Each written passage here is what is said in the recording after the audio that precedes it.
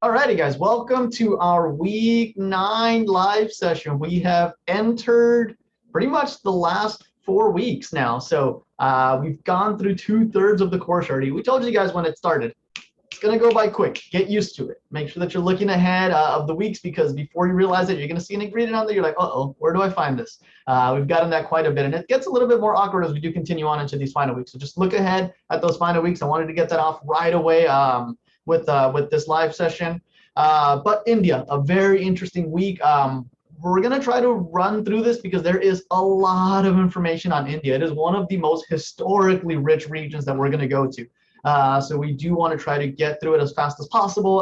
So we're going to limit the questions through the assignment during the assignment till about 2-3 of them per section, just so that we can get some in there. But if we have anything, you guys can ask once we do start the study hall. A little bit of housekeeping this week. So now that we've entered the final third of our class, I want to go ahead and let you guys know.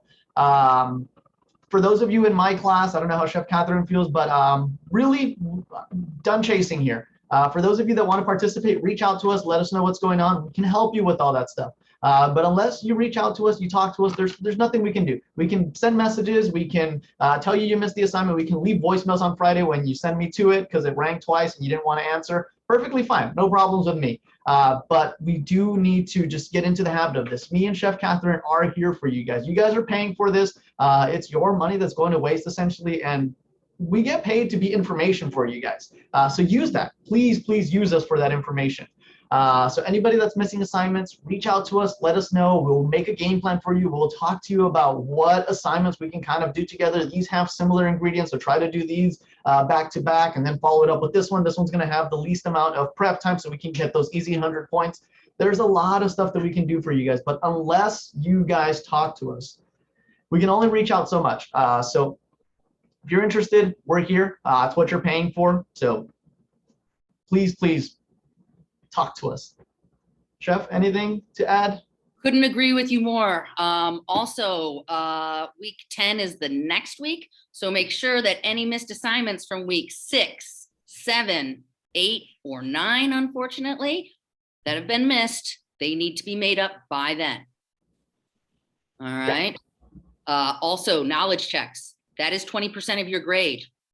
Some of you are not doing as well as you could be because you haven't been taking the knowledge checks. And that's 20%, right? That's going to bring somebody who has an 80 down to a 60. All right. And let's be real. That means somebody who has a 75 could come down to a 55. That means you're not passing the course, right? Now, maybe you're not going to get all 20 of those points, but you could get 15 of those. You get 10 of those, right?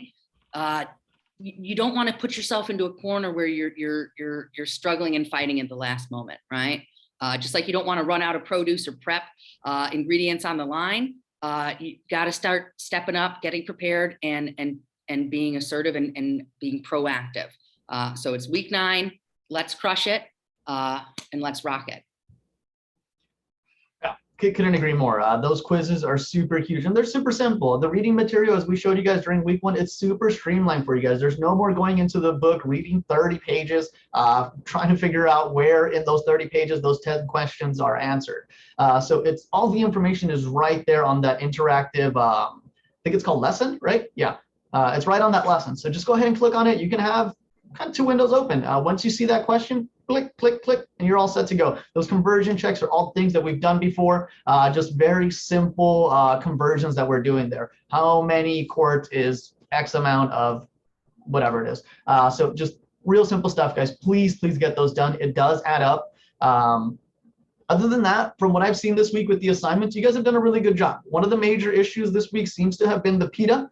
We are still adding a lot of excess flour to those things. That is why we're not getting that little rise that we're supposed to. It's not puffing up because the outside is just crusting up too quickly because of the excess flour. And you guys are going to see that the color has been pretty pale as well. Again, what ends up happening is you have your pan that's right here. You add your pita, but there's a whole layer of flour in between. So when that pita hits the pan in your oven that's already hot, the only thing browning is that flour that's in between. It's creating a barrier between both of them. The pita is going to cook all the way through. It's going to be perfectly fine, but you're going to have a very pale color. The shakshukas have been absolutely beautiful this week. I've been super happy with those. The knife cuts have been awesome.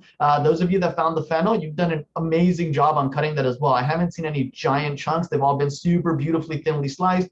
So you're paying attention to the structure of the vegetable and just following it so that you get these nice, thin, beautiful pieces. So awesome job with that. Tabulis have been amazing. Remember, if you are using a different grain, you do want to cook that grain according to how that grain is supposed to be cooked. I did see some people using quinoa. They were just soaking the quinoa. Unfortunately, it's still going to stay very crunchy. So we're not cooking that all the way through. But other than that, you guys have done really well. I've been very impressed with the knife work.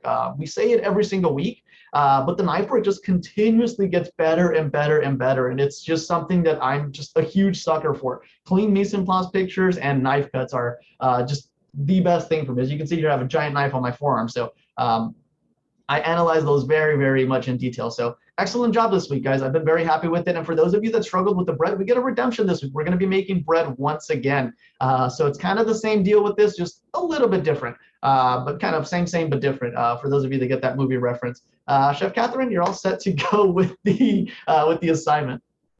All righty. So here we are, the land of magic and mystery, tons of spices, tons of flavor. As Chef Jerry mentioned, incredible amounts of history, unique religions, unique even eating habits that are tied in to the eating, to the religious, or different types of medicinal healing through food.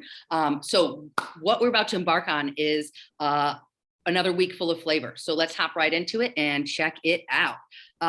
First week, oopsies. Let's start first off here with what is dal, all right? Dal is essentially split lentils or split pulses, okay? I've got the wrong one. There we go. Dal is a general term within Hindi and to refer to any type of split lentil. So if you cannot find red split lentils or red lentils, which they're usually found in split and whole form, you can use regular lentils. You can use yellow split peas. You can use green split peas. You will get a very similar, although slightly different color and texture result. A dal is a dal all India round, all right? Which means we're taking pulses, legumes, and we are going to cook those. All right, so first and foremost, like we've mentioned before, with any type of legume or bean, you need to rinse through those lentils, make sure that there's no little rocks or any other particles that could be a contaminant. Get your water, combine that up, bring it to a boil, return down to a simmer. All right, you're gonna let that cook. All right, nice and slow. Simmer for about 30 minutes, or could be 45, depending upon the lentil that you use. All right, remember, you wanna make sure that that is fully cooked. All right, no hard parts. Take one between your fingers. You should be able to smush it. Take a bite of it, eat it, right? See where it is at, right? Constantly checking. Next, you're gonna take ghee. Ghee is essentially clarified butter. All right, so you can use melted butter, you could use clarified butter, or if you have actual ghee, you can go out and buy it. But I think it's kind of unless you have an Indian grocery store near you, you're not going to get a great price for it. So you're either better off making your own clarified butter, which is traditionally used, or just using butter. All right, take that ghee, medium high, add your onion, garlic, and ginger. Right, just like we're going to be started. We learn about the pillars of flavor profiles. This is going to be a big flavor profile pillar for Indian cuisine. Onion, garlic, ginger. Just like we'll find out as we continue to move farther east, you're going to see that again. Okay. Next, you're going to cook that until it's softened. We don't want to see a bunch of color on there. It means softened. All right. Next, you're going to add your seasonings: cumin, turmeric, coriander, bay leaf. Okay. Now, the reason why we're adding these at this point is so that once you hit spices, right, with heat, they start to release all of their flavors and their aromas. This is what enhances that flavor profile. So it's really important that you get those until they're fragrant. That means we're starting to release those volatile oils, all right, that get that great flavor going on. All right, next, add your tomatoes, reduce to low, okay? Diced, peeled, and seeded, all right, or canned tomatoes. Again, you're gonna have a slightly different flavor profile and consistency, whether you're using fresh or canned, okay? Next, Once everything is tender, which they already should be, right? You're continuing to add that tomato as it says, and stir it up, mash it if needed, right? It should break down, but they really should be tender enough that they're already starting to break down. Most dal, it should not be hard legumes or lentils. It should be really soft and extremely easy to chew, digest, and process. Again, going back into thinking about how food is medicine, right? It should be extremely easy to digest that. Next, taste, season, right? As always, does it need more salt, right? Is it too salty? Does it need, what does it need? Where is it lacking? Do I need to reduce it a bit? Is it really watery and there's not enough flavor? All right, adjust that seasoning and then garnish with cilantro and you are ready to go. Chef, anything that you want to add to that one or any questions that we need to address? No, I think we've covered everything. Just remember, guys, no bay leaves in your final plating. One bay leaf goes in, one bay leaf comes out. Super huge. Again, if you haven't, I urge you guys take a bite out of it, see what your customer would experience. It's my suggestion there, but make sure that we take those out. Once it releases those aromatics, don't eat it no more. Exactly. All righty. Let's hop into a really easy one, which is next, which is the raita. All right, and then we'll work our way up again. So raita is a traditional condiment that's going to be served with almost all of your meals in India, especially a thali. Not all your meals, but it is a cooling aspect, right? It's got yogurt, okay? Yogurt, remember when we're eating spicy food, we want to take down that heat. We are told to drink milk or eat some yogurt, right? That calms everything down. So this is part of why raita is so important in a very spicy cuisine, all right? You got to have that raita to balance it out. All right, so what you're gonna do, plain or Greek yogurt, you're gonna get a small cucumber, peel, and really you should be seeding this, okay? Doesn't say that, but you should peel and seed this. And then what you're gonna do is grate it. Take your grater out and grate it all down. It's gonna become pretty soft and small, and you're gonna have a lot of water. Cucumbers are 95% water. So you're gonna just be, dealing with a little bit of a wet product here. Take that in a clean kitchen towel or a cheesecloth and squeeze that extra water out. All right, just twist it, squeeze it, get that extra water out. We don't want extra water because that's going to thin out our final product. We want this to be thick yogurt. We don't want it to be watered down with extra cucumber water. All right, and then really simple, right? A little bit of lemon zest, ground cumin, salt and pepper, stir it all, test the seasoning, right? Garnish with mint leaves. That's it. Very simple, very straightforward. The important things, again, are making sure that you are straining and squeezing out that excess liquid, adjusting the taste, and making sure that you've got a nice balanced finish, cooling condiment here. I think, to be honest, I would reduce the amount of one whole lemon, each of that lemon zest. That seems like a lot. My personal opinion. Take it for what you want. You can always go with one whole zested lemon. It just seems a lot on my end. Chef, any other notes or things or questions? No, this one is a pretty straightforward recipe. Just as Chef said, with that lemon, anytime you have any citrus, be cautious. We've all had a lemon before where you take a bite out of it, or a lime, it's super sweet. The next one you get, it's super acidic. So depending on the season, depending on where those products are coming from, the flavor profile might be a little bit different. So zest the whole lemon, add about half of it, mix it together, give it a taste. If it needs a little bit more acidity, hit it with the rest. You can always add more to a product, but to take something out, you have to go through a complete bunch of hoops and stuff. So just keep that in mind. We can always add, but we can never take out. So just be a little bit mindful with that. I did see some problems with that. What was it that people were saying was a little bit too acidic? It was last week. Tagine. Yes, there we go. The tagine. So yeah, be cautious with that. Yeah, if you already had that experience and you were feeling like, whoa, this is so much lemon and so much acid in my face and it's bitter and I don't like it, definitely pull back this week.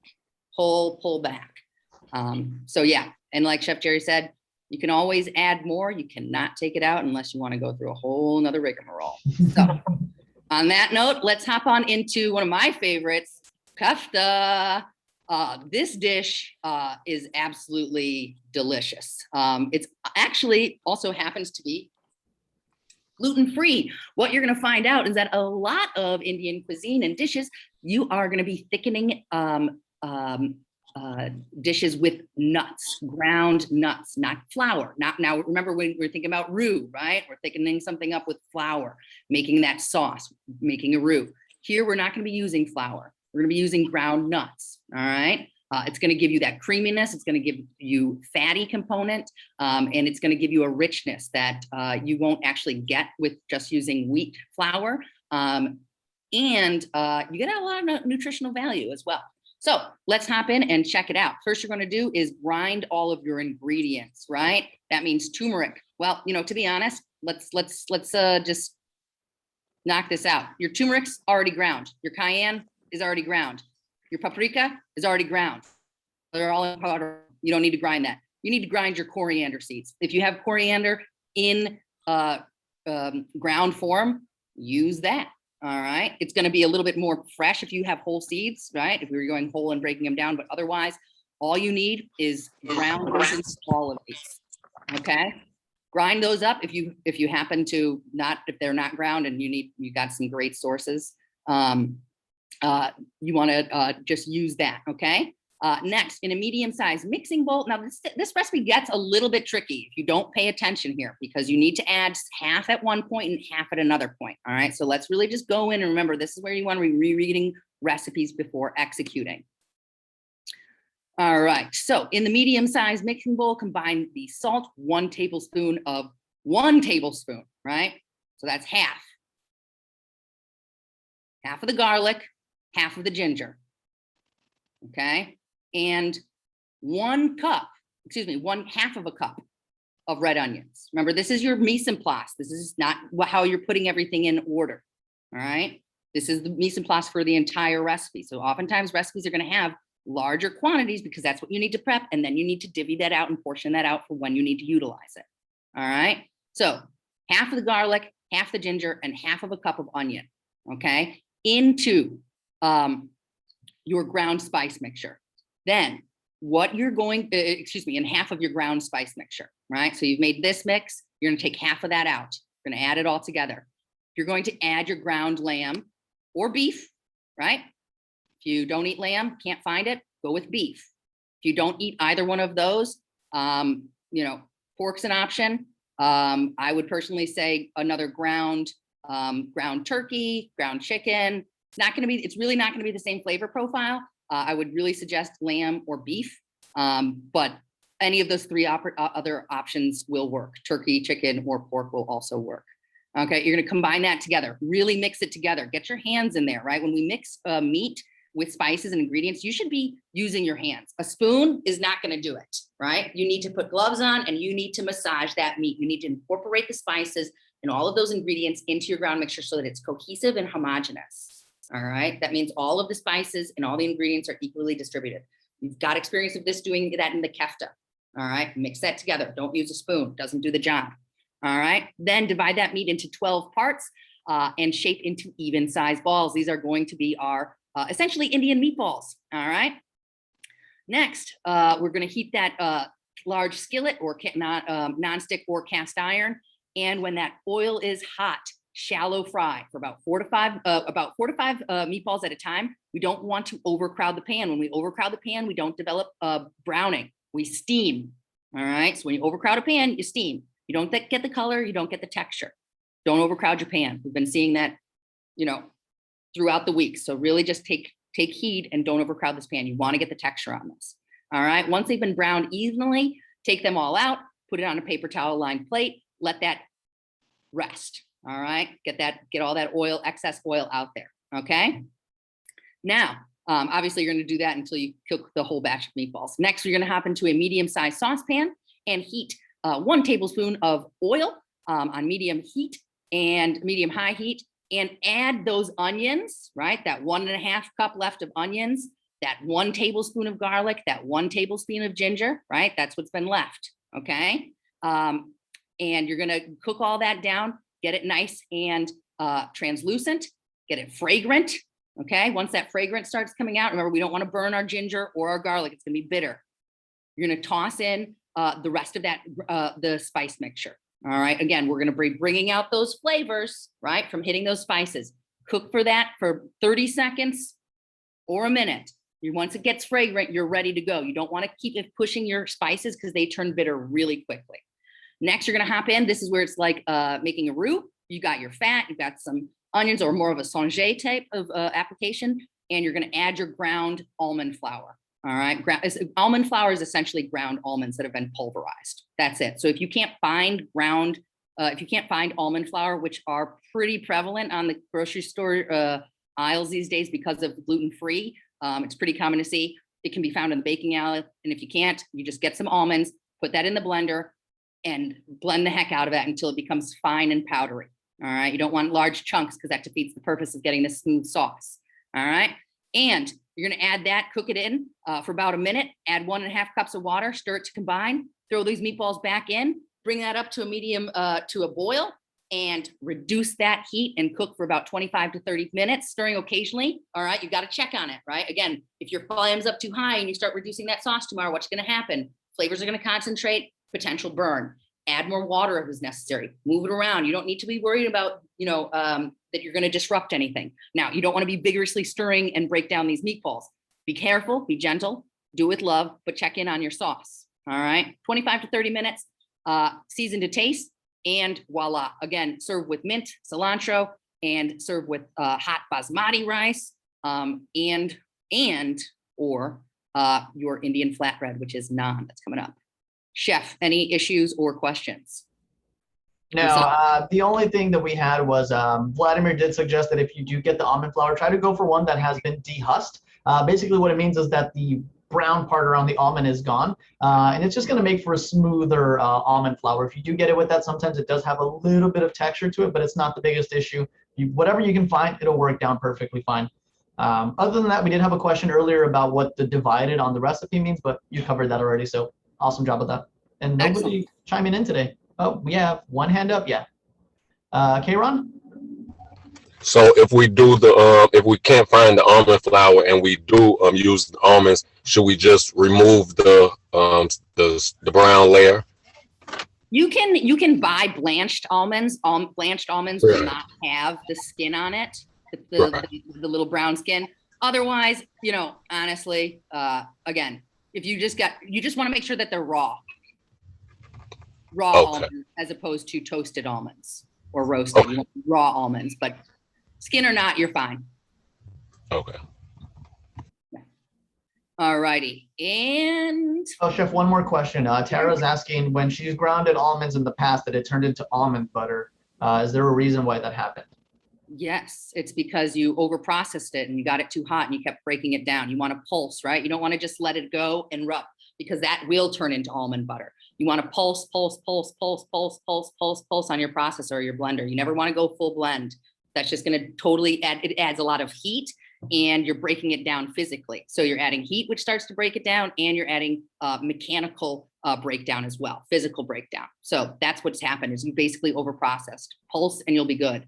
And if you want to get a little bit more longevity on that, put your blender or processor in the fridge, or put your nuts in the fridge. It gives you a few more degrees to work with. All righty. Well, let's rock and roll. Here we are all the way to a non-issue, which is naan bread. So here we go. Bread flour or all purpose, as we know, water and instant yeast for this one, and 10 grams of salt that we're going to be incorporating in already, right? So that's 500 of your flour, 350 of water, and 10 grams of yeast and 10 grams of salt. Of course, we know, how does this all start up? We're getting that yeast and water combined. I hope that you're all realizing that so many weeks we're seeing bread or some other thing, right? Like there was cornbread in week 1. We've got pita bread. We've got, there's always this starch and this flatbread, especially in this region, that's going to be really pronounced and utilized in all their cuisine, their dishes. Add your flour and salt to a mixing bowl and mix until homogeneous, smooth dough forms. All right, that's what we want to do. Nice and smooth. It shouldn't be wet. Remember, if it's tacky, really, really tacky, when I say really tacky, meaning your hand can't even come off of it, sprinkle a little bit of flour, not too much, because we don't want to have the same issue like we saw with the pitas, right? But a little bit extra so that you get a smooth dough. All right, let it rest for 1 hour. Stretch it, fold twice. All right, you've seen this pattern before, and let it rest for another 20 minutes. Okay, then After those 20 minutes, you're going to do it again. You're going to stretch it out, fold it twice, and let it rest another 20 minutes. Okay. So at that point, it is a 1 hour rest, stretch and fold, a 20-minute rest, stretch and fold, a 20-minute rest. Okay. Now a total of 1 hour and 40 minutes of resting time. You're gonna have your oven preheated to 450. Again, we're doing that upside down sheet pan, middle rack. Remove that dough from the bowl, scale into 4 equal pieces, right? Shape into rounds. Again, use those little baking hands that we're all working on, right? With your love for dough and getting comfortable with it. Get those into some nice rounds, about 8-inch circles, right? Think about what about 8 inches is like. You need to get that ruler out, do it. The more times you practice, you'll start to know like about how long your old hand is, and it gives you a good gauge for moving forward. But that comes with a lot of practice and a lot of time and knowing how big is my hand actually, right? How much bigger do I need? What is this? Get that point. You want it about 8-inch circles, okay? Dimple the tips with your fingers, as we know, just those little beautiful dots there. Brush with water and place that on the sheet pan, bake it until bubbled and lightly browned. Remove that naan, it can be served immediately, or can be brushed with butter, clarified butter, ghee, or oil. And then of course, you'll oftentimes see a naan that's been also added with garlic or things like that. But in this case, let's keep this really natural. Let's keep it fine. If you want to do one piece, if you want to, if you make one piece natural and you want to have a little fun and make some garlic butter naan for some of the others, go for it. But we want to make sure that we're seeing all those required photos all come out as they should be. And then if you want to, again, do a little extra, go for it.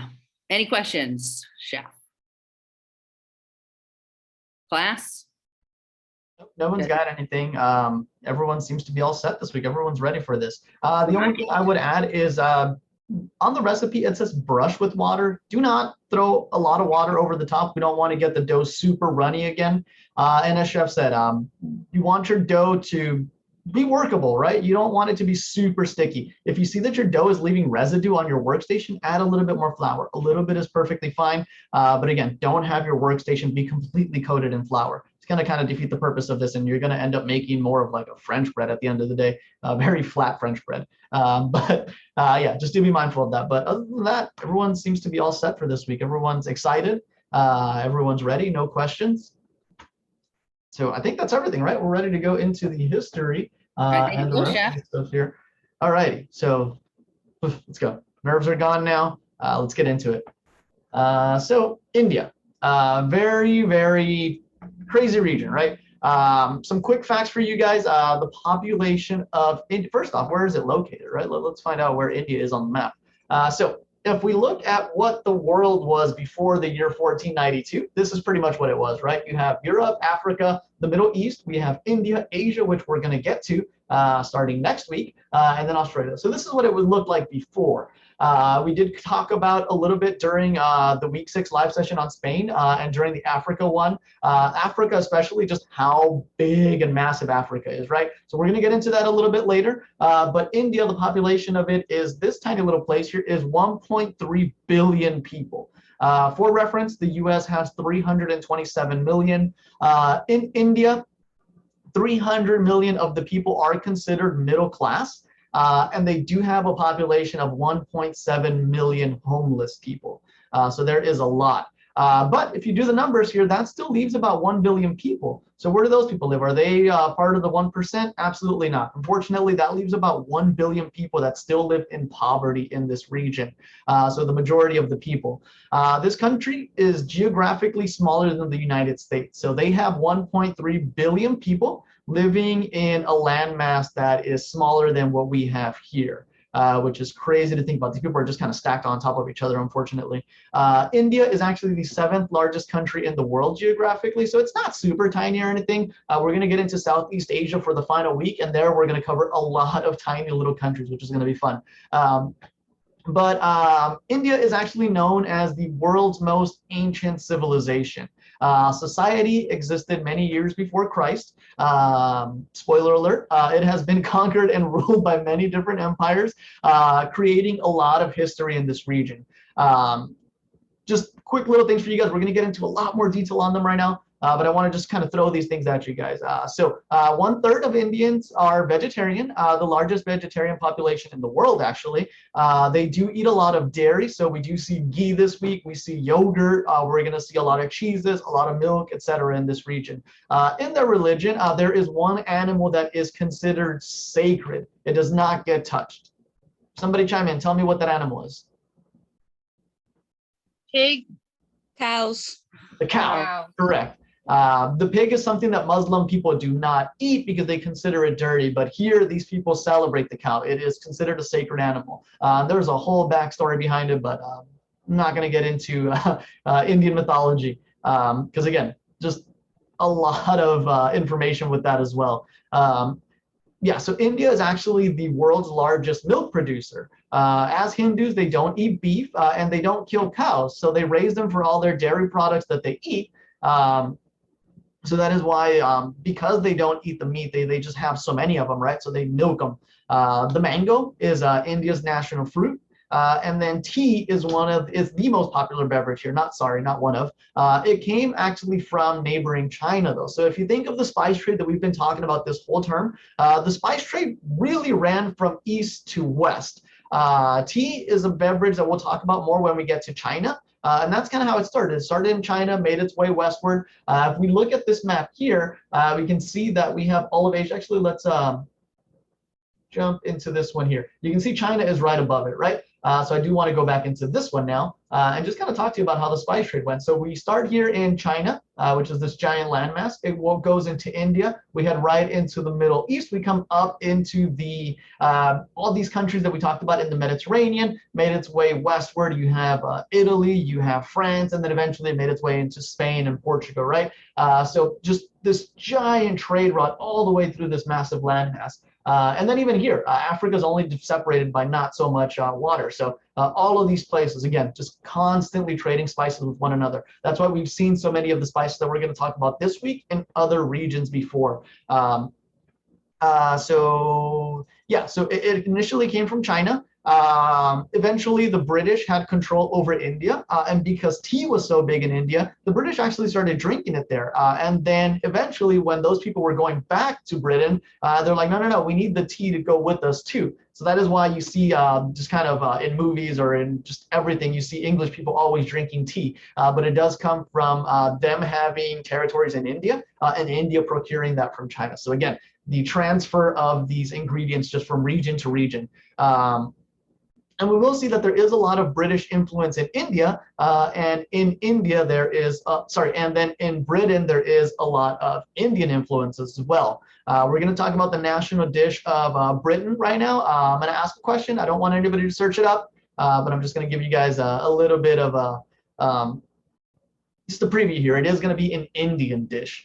So the etiquette here in India is very similar to the Middle East due to religious beliefs. We talked a lot last week about religion and how it can dictate what people can and can't eat based off of what religion they follow. The main religion here is going to be Hinduism. So they believe that eating with your hands actually feeds the body, the mind, and the spirit. One of the things that we're going to see here is that they do not have many utensils. They believe that eating with your hands is going to aid you in digestion. It makes you more aware of the textures, the smell, the flavors, and the food you are eating. So we do have that naan this week, which is going to be used as kind of like a vessel to transfer food from your plate to your mouth. Most of the food is going to be eaten either with, just like I said, any type of flatbread, which is the naan, or just straight up your hands. Other religions that are followed in India are we just said it. Hinduism is the largest one. You have Buddhism. You have people that follow Islam. You have Sikhism. Quite a few. And we're going to talk about why that is right now. So Islamic people do not eat pork. Hindu people do not eat beef. So what are you going to see here? A lot of goat, a lot of lamb. Mutton is going to be very, very prevalent. You'll see a lot of chicken and, of course, massive vegetarian diet. With lamb, for it to be considered mutton, it does have to be at least a year old. We did talk about this last week, not last term. What am I talking about? But they do have a couple of different names here. So something that is considered old already as a lamb is 1 year old, which is very unfortunate. But another thing that they do have is a yearling, which is 12 to 20 months old. So it's a little bit older than what you would consider mutton, but it just kind of falls into that specific time frame of 12 to 20. Mutton is anything that's just a year older. It can be a 2-year-old or 3-year-old lamb. A baby lamb is 6 to 10 months, and then a spring lamb is 5 to 6 months. Can anybody chime in and just let me know what is going to happen to the lamb as it matures with the flavor profile of it? Think of veal when you think of beef and stuff as well. The meat get tougher. Yeah, so the texture of the meat is going to change a little bit. The younger it is, the more tender it's going to be. Vladimir, thank you so much for that in the chat. Also, the gaminess of it is going to increase. So as the lamb gets older, that funk that it has, it's going to be a lot more pronounced. So again, very similar to last week. In India, they do use a lot of spices. In India, the majority of the population is not going to be eating the best cuts of meat. You'll think of an older lamb. It's going to be super gamey, and that is why they do start to incorporate so many heavy spices into their cuisine, so they can kill off that funk. You think of a farmer or a butcher or somebody that grows these things as their source of income. They're selling the meat for a living, right? So you're not going to keep the best cuts. If you're selling, you're not going to keep your tenderloins and all that stuff. You're going to sell those. Those are the money makers, right? So you end up keeping the cheap cuts. You'll see a lot of braising in this region with a lot of heavy spices to kill off that funk, to tenderize the meat, to make it more palatable. If you try to just grill off a very tough piece of meat, good luck. It's not going to be a fun time, but you can grill off a tenderloin and it's going to be absolutely beautiful. In this region, they do not drink much alcohol. Again, they mostly drink tea here. So we've got a couple of regions here. I've been sharing just that same picture for this whole time. We do have a couple of regions here where you're going to see that they do drink beer or alcohol and stuff, but they do primarily shy away from any type of alcoholic beverages. If they do drink, though, they do drink something that's called palm wine. Which is an alcoholic beverage created from the sap of varying species of palm trees. So now let's get into a little bit of the history of India. We did say that it has a very, very long pronounced history. Unfortunately, they've been on the short end of the stick when it comes to history. They don't really write about them winning wars in their history books. What you'll see with India is it's a country that has seen a lot of war and has been conquered time and time again throughout history. Why? Because of the spices, because they are so rich in all of these things that the rest of the world wanted. Remember, we didn't have the transportation that we do have now. We didn't have all of these seasonal vegetables and fruits that you can have all year round. I've said it before, but when I go to my grocery store, it's the same one that I've gone to for about 10 years. I can walk in there blindfolded and can pick out every single one of the vegetables that I need because I know exactly where they are and nothing changes year round. Unfortunately, that wasn't the case with these regions back in this time. So everything was seasonal, but one thing that stayed prevalent was spices. They can be dried out and they will last you for a very long time. So people wanted to conquer this region where all the spices were coming from. A couple of names that were that invaded here. We have Alexander the Great. He was one of the first people to invade India when he successfully captured, it's called the Pauruva kingdom in the western region of India. He declared himself the king. He lowered the statue of the king that was there, and he just became the governor of Punjab, essentially. So he was one of the first ones to take over this region. After that, you do have the Mongols that came over. Between the year 1221 and 1327, it's about 100 years. The Mongol Empire made several transitions into India. They first appeared on the Indus River in 1221 when Genghis Khan pursued a sultan. He joined forces. The sultan ended up joining forces with his local army, and they successfully managed to keep the Mongolians from gaining more land in India. So you can kind of think of it as like those cartoons where you see people running this way, and then people running this way, and then people running back this way. So Genghis Khan eventually regrouped with his people, and he was like, no, like I'm taking this. So he ended up invading and took several empires inside of India. Then you had the Persians that took over pretty much right after the Mongols did. We're not going to get too far into that, but they were there from the 6th century all the way to the 4th century. Mind you, these numbers go backwards because we are still talking about BC, right? So they were there for a very long time. And then you have what is known as colonial India. So while the Romans were the first Europeans to reach India, the collapse of the empire led to the rise of other empires in the Indian subcontinent. So you saw that India was actually very divided at the time. It wasn't just one giant region like we know it now. It was a bunch of little, think of it like little Indian states that weren't actually working together yet. In 1498, the Ottoman Empire closed routes to the Far East. Basically, what that means is, let me open up my map once again. Here we go. What that means is that there was zero trade going on essentially this way. All of this was pretty much blocked off. So now you have all of these European, Middle Eastern, African countries that cannot get to the Indian spices anymore because all trade has been blocked off through land. So now what? Now you have to find alternative ways. So while all of the land routes were closed off, the Portuguese decided that they were going to find another way. Everyone was looking for alternative ways to get to India. If you think back to our weeks 1, 2, and 3, we discussed the discovery of the Americas. So before the Americas were discovered, this is what the world was known as. This is pretty much what the map was. There wasn't anything further that way. So we talked about it during the Spain week, where the Spanish, they ended up sailing westward. So now we take a look at the world map over here. Spain and Portugal are both right here. So the Spanish decided, you know what, I'm going to make my way to India, but I'm going to go this way. I'm going to come out on this side over here, and I'll make it to India and the rest of Southeast Asia and China, grab my spices, come right back this way, and I'll be right over here as quickly as possible. Little did they know this was here.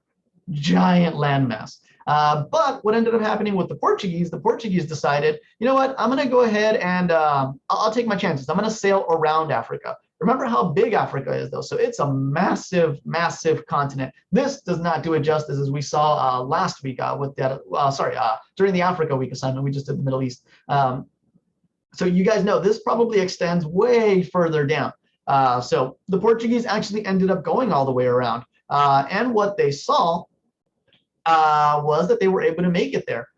So they landed in what is now present-day Kerala. I'm not sure where that is in India, but they established a trade route across India all the way around here. So this is kind of how they would go all the way around. And this is why we discussed during the Africa week, there's a lot of ports that are all around Africa along the edges here, where these boats would stop, pick up, drop off, pick up, drop off. You get all the way over here as well, make it to the Middle East area. That's why we see a lot of similar spices there as well. So they established trade routes all the way around. The Dutch eventually arrived and established what is known as the Dutch East India Company. Then you had the French, you had the British come in, and subsequently they developed trading bases in this continent as well. So now, poor India here cannot catch a break. It had the Mongols, it had Alexander the Great, it had the Portuguese come in, it had the French come in, it had the Dutch come in, and then it had the English come in. And though they took over for a very, very long time. So that is why we'll see a lot of these regions just have so many of these spices that come from India because they wanted it so bad for themselves. So with that, where did I get lost here? Okay, perfect. So we did have all of these places that developed trading places in India. What that means is basically they were taking the spices from India. I'm wording it very nicely, but at the end of the day, that's kind of what it was. They were just like, you know what, I live here now, and anything that comes from here is mine, and it goes back to my country. But in 1858, the British formally declared that India is its colony. So it established what is called the British Raj. The Raj was a response by the British after the Indian Rebellion of 1857. They colonized India all the way into 1947. If you think about it, that's not too long ago. My grandma was born in 1949, I believe, if I can remember off the top of my head. So that was 2 years right before that. So they were there for 400 years. So when they partitioned the colony into present-day states of India, it became what we know now as India and Pakistan. So poor India could not catch a break throughout history, unfortunately. It has been conquered time and time and time again. Now, let us get into a little bit of the spices that do come from here. So again, going back to what we've been talking about, the original trade went from the east to the west, from China to Europe, right? there's always pit stops either on land or on water in India. So eventually the trade did start to go both ways. Once they made the routes a lot more convenient, they made them nice and safe to travel through. You started seeing stuff going westward as well as stuff kind of coming back eastward. India has a vast use of spices that we talked about. Without India, we wouldn't see spices throughout the world. Let's think about the assignment that we have this week. So the raita sauce. It's very similar to a sauce that we see in the Middle East. Does anybody know the name of that sauce? It's another yogurt sauce. I'm going to catch a drink of water while you guys give me the answer. Tzatziki. Tzatziki, absolutely. What's the purpose of a tzatziki or a raita sauce? It has dairy in it, right? So as Chef said, it tones down a lot of that spiciness. It's going to kill that spicy flavor. If you've ever had anything spicy, like Chef said, they're going to tell you, drink some milk, grab some yogurt, anything that has that creamy or dairy consistency to it.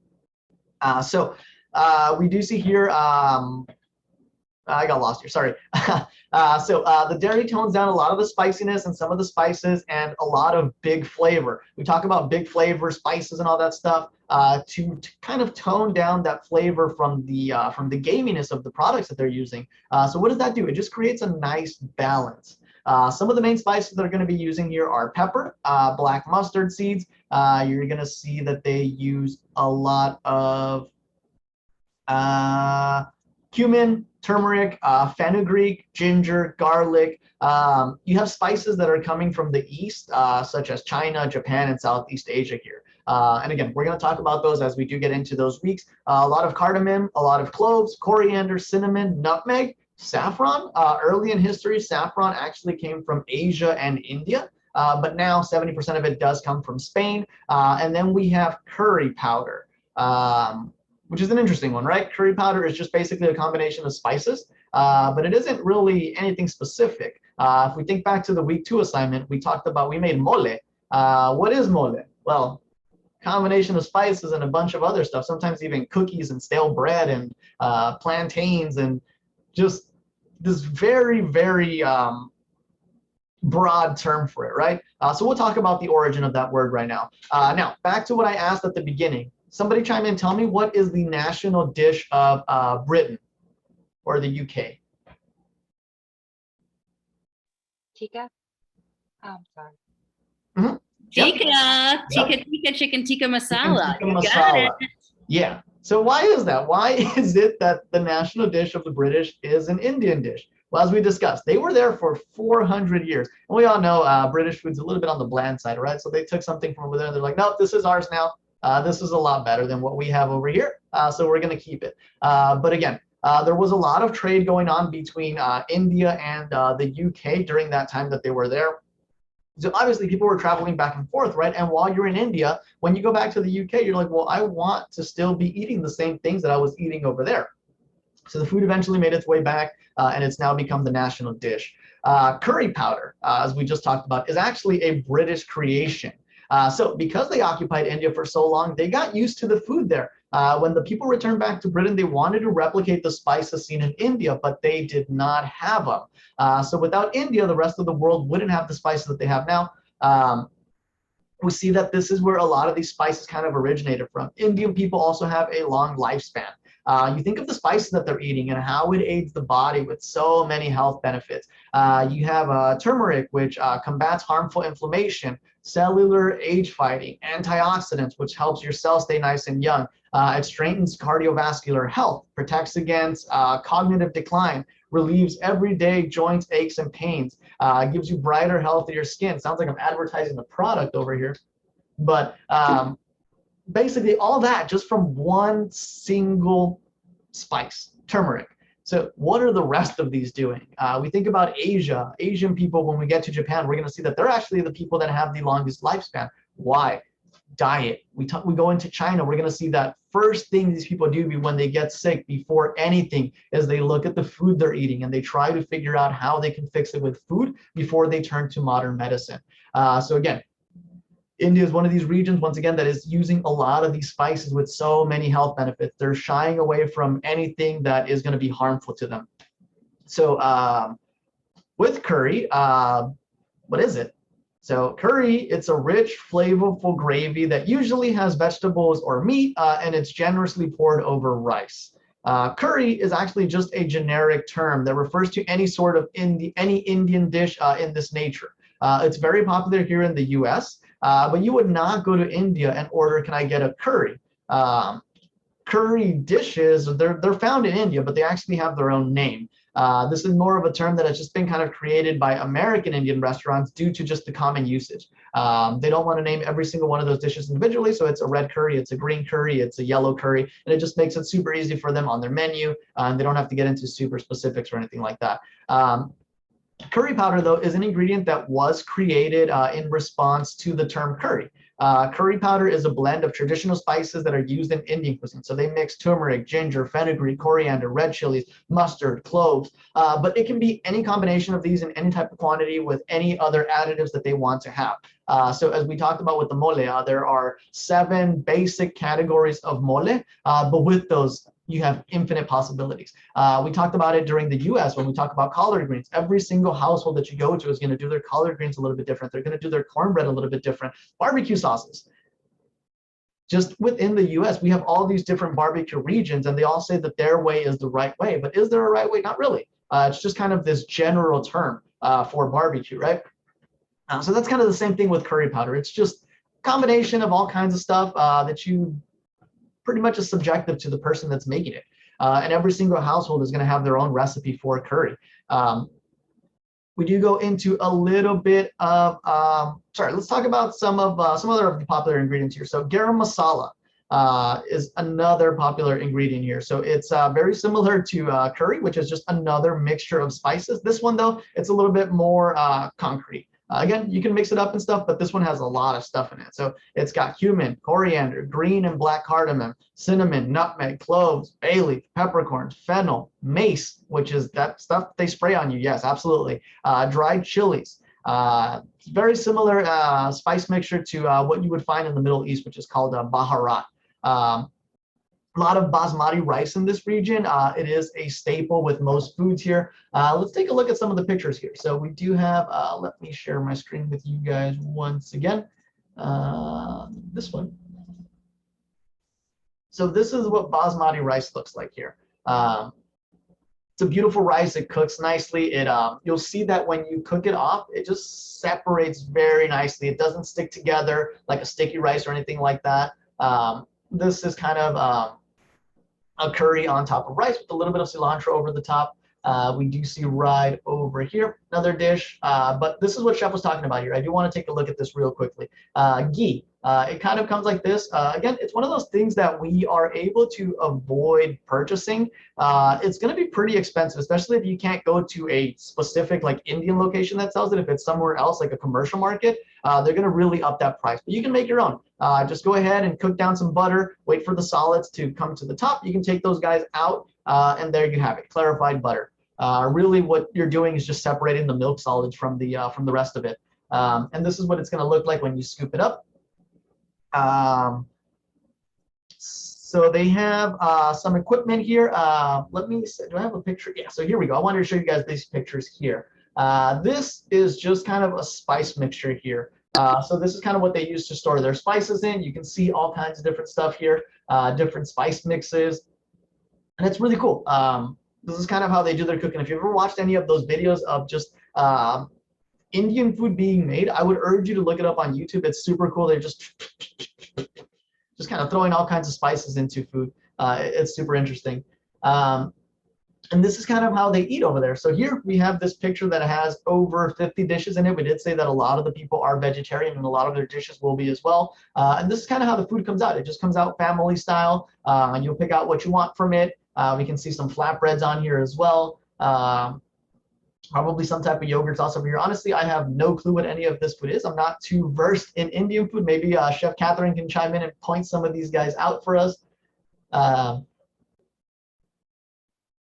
Honestly, it's a little bit hard from this A little point. blurry, yeah. Yeah, but I mean, what it mostly is, this is the thali, right? So a thali is eaten literally from the southernmost tip of India to the northernmost corner. And they vary regionally depending upon what's growing there, right? So it looks like you've got some sambal. It looks like if I were to make a guess, this is going to be southern and South Indian, but it's a little confusing because they do have roti back here and naan, which is more of North Indian staple. They're using more breads, but we've got an array of dals, vegetable curries. This looks like avial. Avial is a vegetable dish that's cooked with a bunch of grated coconut. And sambal, and which is sambal is the chili spice. Sambar is the rasam, which is a hot, spicy, flavorful soup-like that you will digest. You're gonna have some yogurt in there. We've got a hard-boiled egg, and then it looks like just a huge, some chutneys in the background as well. Chutneys are very common in Indian cuisine as well. So just a huge, really delicious spread. Yeah, so this is kind of what you're going to see as well. We see just a lot of dishes coming out. And we've talked about it a little bit. As you do go more into these poverty-ridden countries, you're going to see a lot more communal eating as opposed to what we see when we were in France, in Italy, in the US, in Spain, not counting the paella. You're not going to get individual plates. People are just going to be making a bunch of small little things like this. You all sit around together at the table, you socialize. And that's kind of what it is. It's a time to just shy away from work. You do not talk about anything like that. You just talk about your family and just how great everything is, right? Even though some of these people are living in poverty, a lot of these people are actually very happy, which is great. You'll see it across the world. Some of these poverty-ridden countries, you have some of the most happiest people. I think that's all I got for now. We are going to try to head right into the study hall unless Chef has something to add here. We got a lot more stuff. We want to talk about the regionality of it. I do have a lot of pictures here that you guys are looking at that I want to show you, but I don't want to get into it because we do only have a couple more minutes here. So we're going to cut this one short and jump right into the study hall. As always, guys, remember, let's try to get those assignments in by the end of week 10. It is coming up very quickly. Reach out to us, talk to us. We're here for you guys. That's literally what we're here for you guys at the end of the day. So any questions, send us a message, give us a call. Remember, your assignment is due on Tuesday at 11:59 p.m. CST. And that is it for now. So we'll catch up with you guys right now in the study hall. Catch you in a minute.